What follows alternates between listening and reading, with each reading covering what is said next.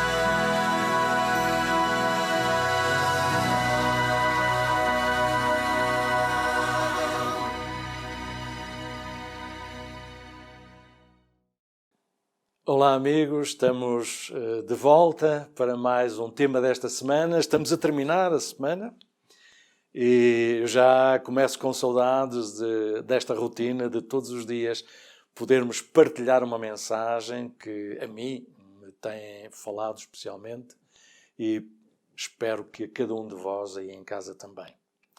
O tema de hoje é um tema difícil de tratar. Hoje vamos falar acerca da sexualidade. O tema da sexualidade continua ainda hoje a ser um assunto tabu entre as famílias e também na igreja. Mas Deus criou o homem e a mulher e isso implica sexualidade. Uma sexualidade como característica integral da identidade de cada ser criado. A mensagem de hoje conta-nos a história de Mónica. A história de Mónica pode ser a história de muitas jovens.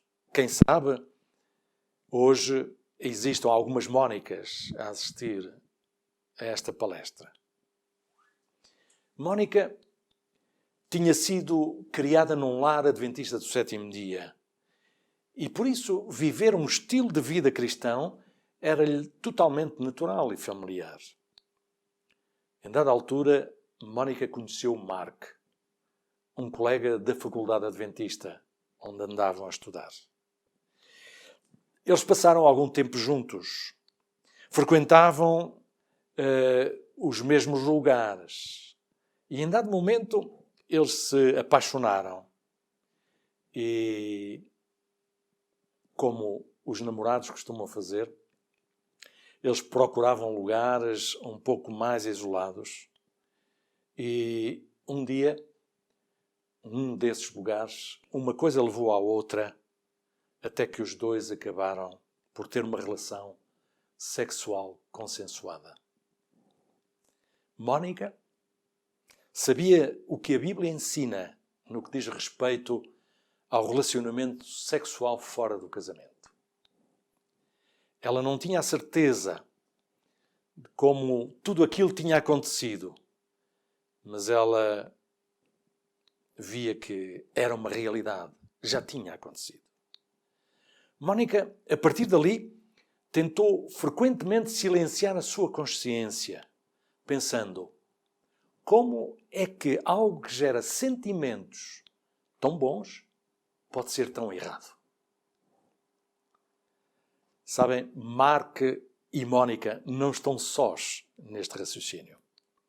Segundo o Centro Nacional de Estatísticas da Saúde nos Estados Unidos da América, 88,8% das mulheres com idades entre 15 e 40 anos e 89,9% dos homens com idades entre os 20 e os 44 anos relataram praticar relações sexuais pré-matrimoniais. Sendo que as mulheres começaram à idade média a primeira experiência sexual aos 17 anos, 3. E os homens aos 17 anos.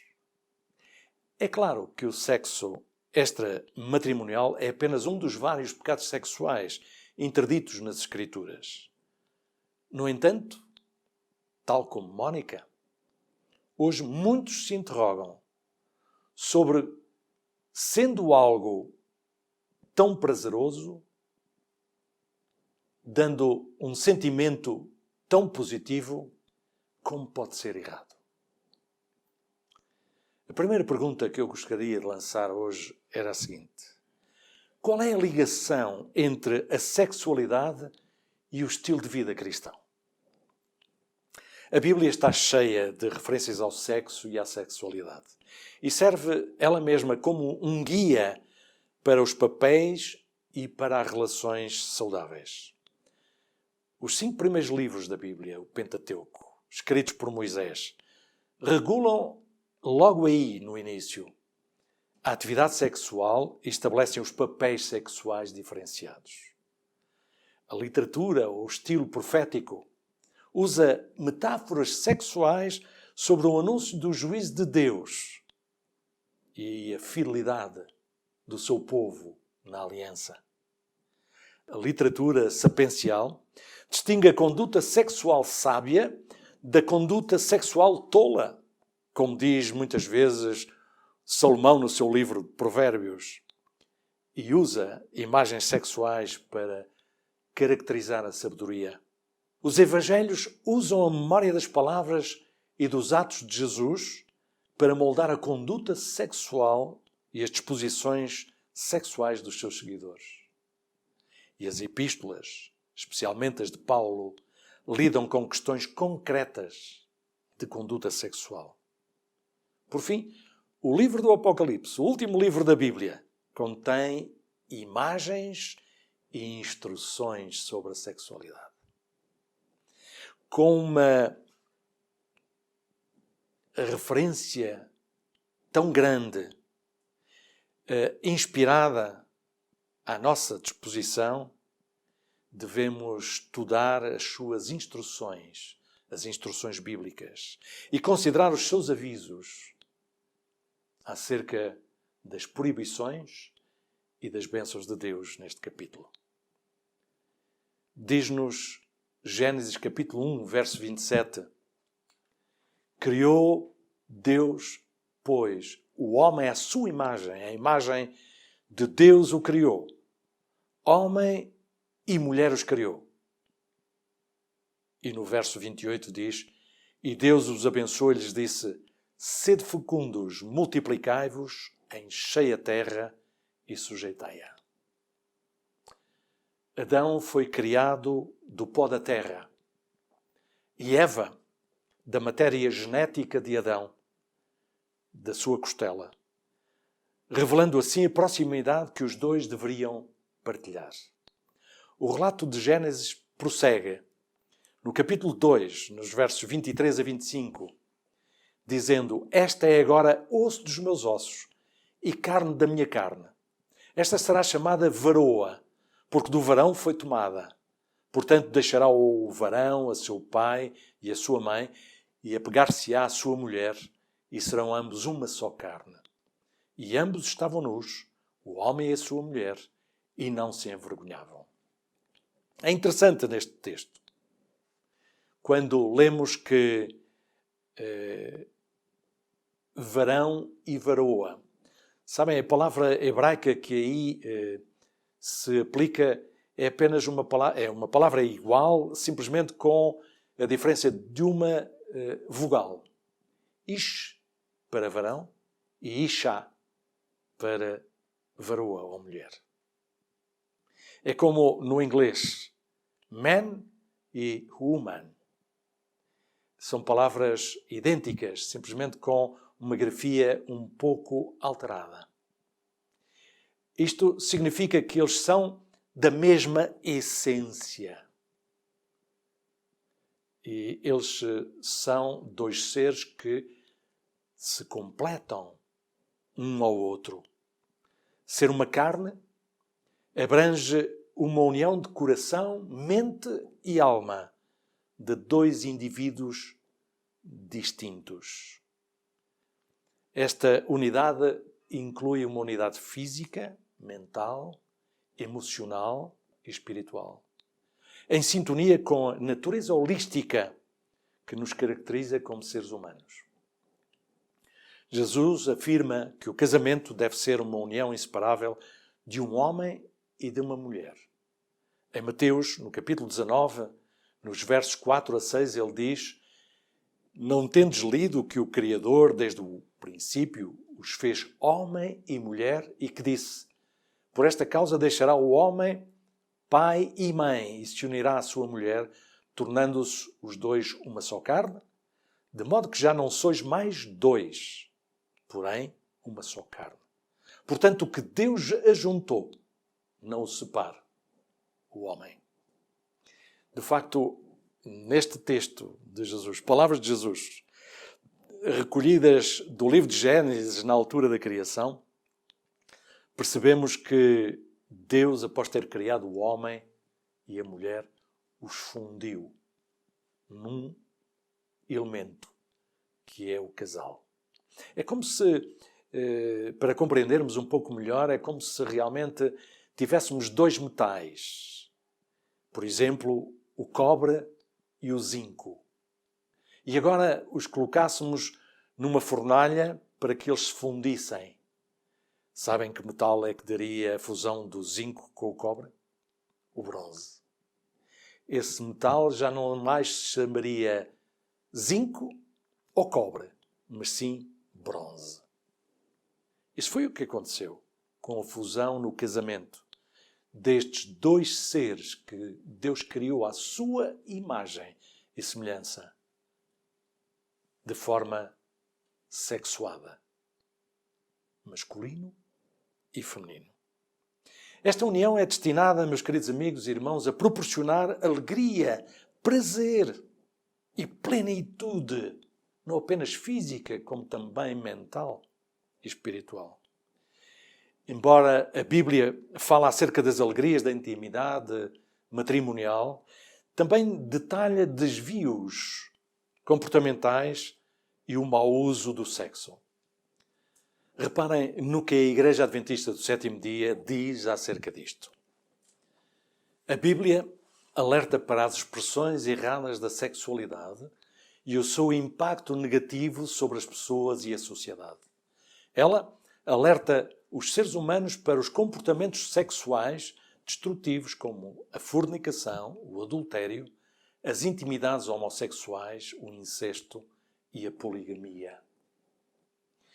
Dado que estes comportamentos subvertem os propósitos de Deus para a sexualidade humana, somos alertados para não nos envolvermos em tais práticas. Há verdadeiramente uma identidade dada por Deus a cada ser humano. A sexualidade é uma parte integral da nossa identidade. Era fundamental para a identidade pessoal e para a vida comunitária nos tempos bíblicos, tal como é uma identidade fundamental para os tempos de hoje. O entendimento de quem somos é fundamental para o modo como nos relacionamos com os outros e com o mundo que nos rodeia. As Escrituras revelam claramente quem nós somos e como devemos viver. No Jardim do Éden, Deus deu aos seus filhos 2 marcadores de identidade. Em primeiro lugar, o sábado, lembrando-nos de que Ele é o Deus Criador de todas as coisas e de nós próprios e o nosso Senhor. E, em segundo lugar, a nossa personalidade, criada como masculina ou feminina, à imagem de Deus. Estes 2 marcadores de identidade serão sempre fundamentais para a identidade humana. No seu artigo Sexualidade como Algo Sagrado, David Thomas diz o seguinte: dado que a sexualidade é parte da zona intrínseca em que mantemos as coisas sagradas, se não for adequadamente reverenciada e se for tratada como algo banal, uma pessoa pode sentir-se diminuída e desrespeitada. O mau uso da sexualidade ou o seu desrespeito por parte de outra pessoa torna-se tanto ofensivo como prejudicial, porque o lugar santo da vida foi espezinhado. É interessante. Amigos, a sexualidade é uma parte integral da nossa identidade. Há efeitos duradouros em nós do mau ou do bom uso que fazemos da sexualidade. Recordam a história de Mónica e de Mark? Isso aconteceu a Mark e a Mónica. Durante o seu romance apaixonado, uma vaga de excitação e de prazer sensual acompanhou o seu caso amoroso ilícito. Mas mais tarde, eles experimentaram sentimentos de culpa, tristeza, de medo e de remorso, que os levaram a separar-se, levando com eles cicatrizes que afetaram o seu interior, danificando a percepção de si mesmos e os relacionamentos entre si e com os outros. É verdade que este desfecho não acontece a todos, mas a maioria experimenta esta triste realidade. A cura para este casal veio apenas com o arrependimento e com o regresso de volta a Deus. Um exemplo bíblico clássico de infidelidade sexual encontra-se na história de David e Betseba, no livro de 2 de Samuel, no capítulo 11. Recordam? Deus tinha abençoado tremendamente Davi e o seu reino tinha-se tornado um reino poderoso. Mas, através dos pecados da lascívia e do adultério, seguidos pelo pecado do homicídio, mergulharam Davi num abismo de mágoas, do qual ele nunca recuperou na sua totalidade. Embora se tenha arrependido profundamente e tenha recebido o perdão de Deus, como nos é relatado no Salmo 51 e Salmo 32, Davi nunca mais foi o mesmo. Que contraste entre a experiência de Davi com a experiência do jovem José no Egito, que, quando confrontado com uma tentação quase esmagadora, ele gritou: como, pois, faria eu este tamanho mal e pecaria contra Deus? Gênesis capítulo 39, verso 9. A integridade, a consciência limpa e a confiança de José em Deus ajudaram-no a ter força para atravessar dias negros e para chegar à luz da exoneração, da honra e da reconciliação. Como conclusão, meus queridos, neste final de mensagem, somos exortados a seguir o plano de Deus. Deus nunca prometeu que experimentássemos os inúmeros resultados negativos que advêm de relações sexuais ilícitas e não naturais. Ele avisa-nos de que até mesmo pensamentos impuros são prejudiciais, tal como a pornografia em todas as suas formas. Salmo 101, verso 3, ele diz, o salmista, fugi da impureza, ou seja, da lascívia sexual.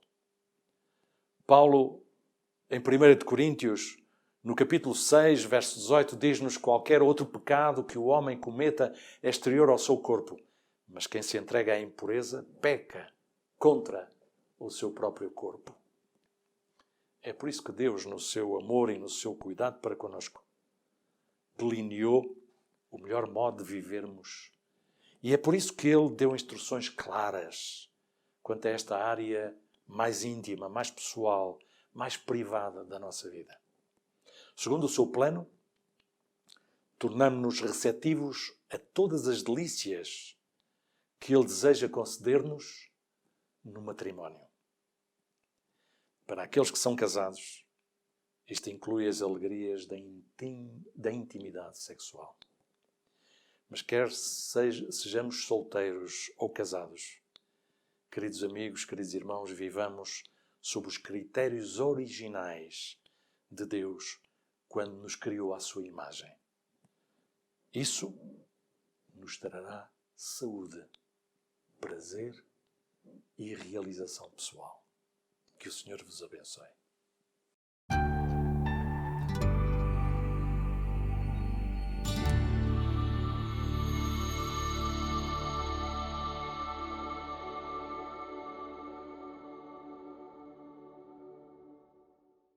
Como é habitual, deixo-vos, após esta palestra, algumas questões para reflexão. A primeira é: como estão ligadas a identidade pessoal e a sexualidade? Será que há alguma ligação entre as duas? Em segundo, quais são os propósitos de Deus para a sexualidade humana? Fiquem a pensar e até amanhã.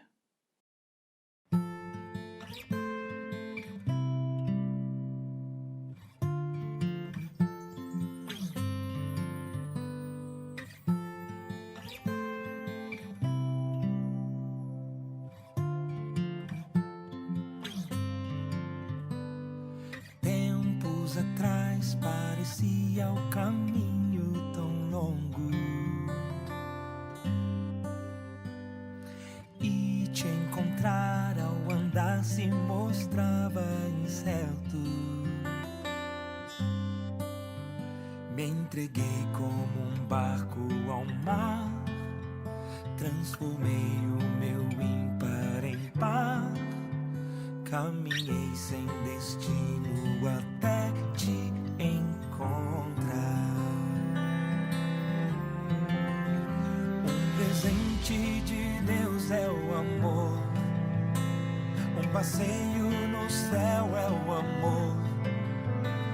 Eu não posso seguir sem você, sem poder, sem viver o nosso amor. Brilham bem mais as manhãs que antes eram tão cinzas, mas agora tem você. Trazem mais paz, o incerto e o depois esperança. Me entreguei como um barco ao mar, transformei o meu ímpar em par. Caminhei sem destino até te encontrar.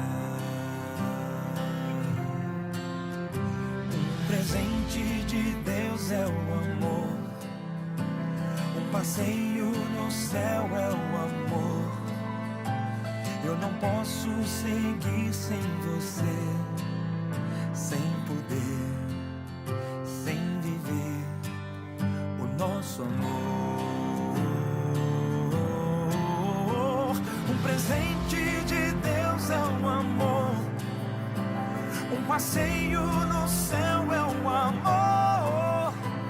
Eu não posso seguir sem você, sem poder, sem viver o nosso amor.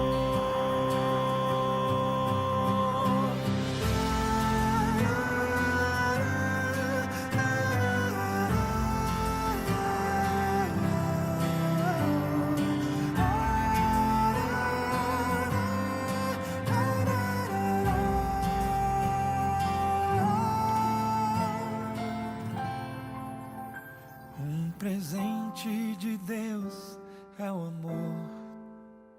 Um passeio no céu é o amor. Eu não posso seguir sem você, sem poder, sem viver o nosso amor.